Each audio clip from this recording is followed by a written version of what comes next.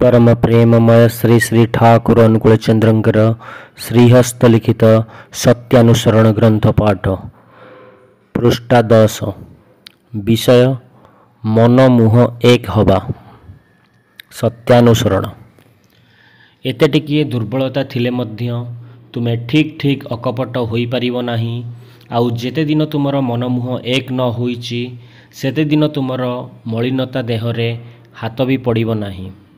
मन मुह एक होई गले आउ भितरे मैला जमी पारे नाही। गुप्त आवर्जना भाषारे भासी उठे। पाप जाई ता भितरे बसा बांधी पारे नाही। टिके भी जदि दुर्बलता मनरे रही जाए तेबे आमे ठीक ठीक अकपट होई परिबा नाही एवं आमर मन मुह जे पर्यंत ठीक न होईची सेते दिन पर्यंत आमर मलिनता दूर होबो नाही।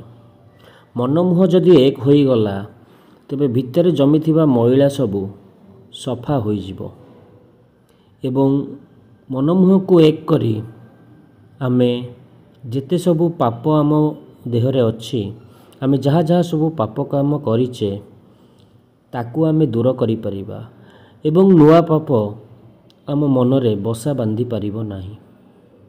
जय गुरु।